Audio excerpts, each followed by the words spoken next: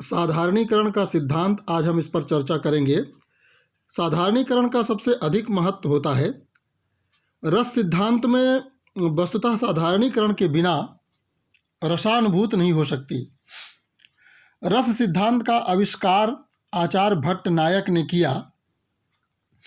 साधारणीकरण का अर्थ है सामान्यीकरण, असाधारण को इस प्रकार प्रस्तुत करना कि वह सभी के लिए सहज ग्रहणीय बन जाए, साधारण बन जाए, साधारणीकरण कहलाता है।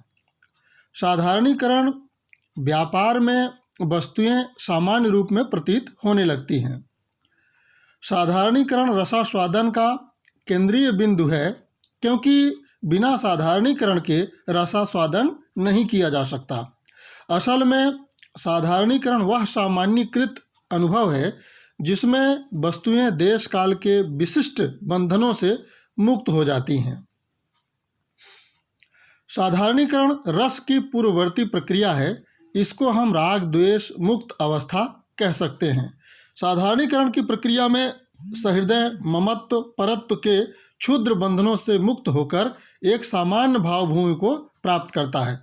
रामचंद्र शुक्ल ने इसे ही रसदशा की संज्ञा दी है। साधारणीकरण का सिद्धांत के संबंध में मत, विभिन्न विद्वानों के मत हैं।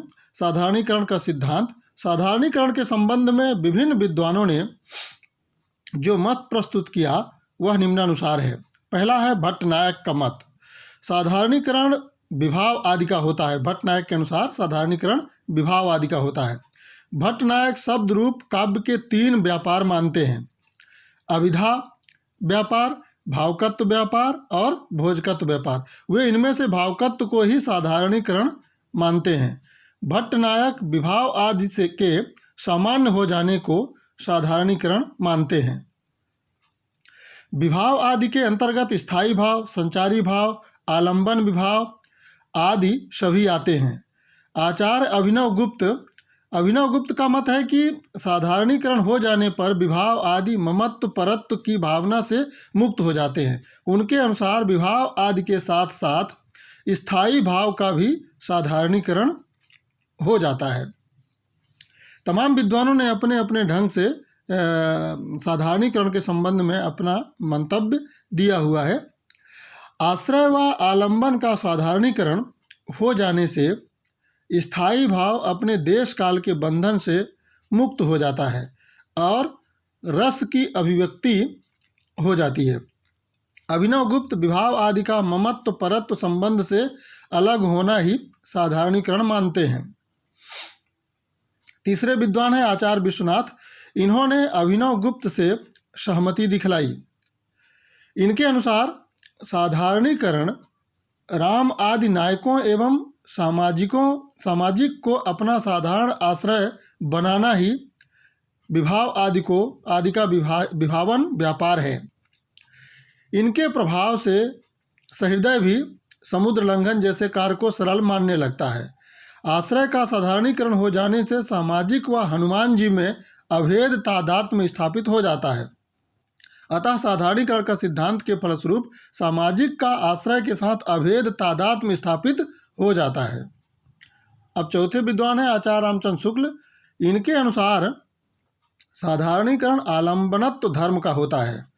इससे तात्पर्य है कि इसमें व्यक्ति तो विशेष रहता ही है, लेकिन उसमें प्रतिष्ठा ऐसे साधारण धर्म की होती है जिसके साक्षात्कार से सहृदय पाठकों या श्रोताओं के मन में एक ही भाव का उदय न्यूनाधिक मात्रा में अवश्य उत्पन्न होता है। साधारणीकरण स्वरूप का होता है, व्यक्ति अथवा वस्तु का नहीं। विभाव आदि सामान्य रूप से प्रतीत होते हैं। इसका अर्थ यह है कि रस मग्न पाठक थोड़ी देर के लिए सामान्य हृदय लोग धारण कर लेता है, यानी जो सामने देखता है उसमें वह रम जाता है और वही भाव उसके मन में जागृत होने लगते हैं। उसके हृदय में यह भेद भाव नहीं रहता कि यह आलंबन मेरे हैं या दूसरे के। आचार्य शुक्ल विचार करते हैं कि जहाँ पूर्ण रस होता है वहाँ 3 हृदयों का समावेश होना चाहिए।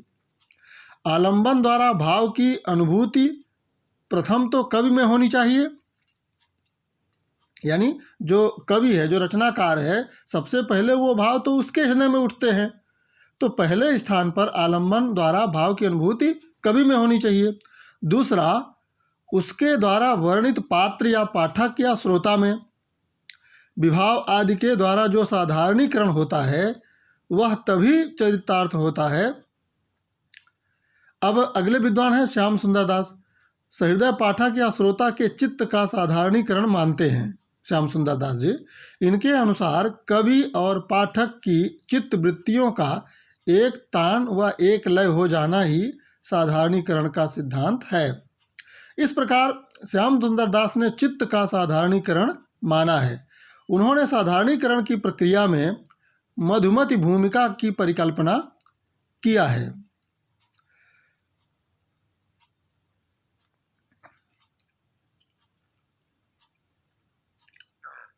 अगले विद्वान है डॉक्टर नागेंद्र। साधारणीकरण के संबंध में डॉक्टर नागेंद्र का मत भी महत्वपूर्ण है। वह कवि की अनुभूति का साधारणीकरण मानते हैं।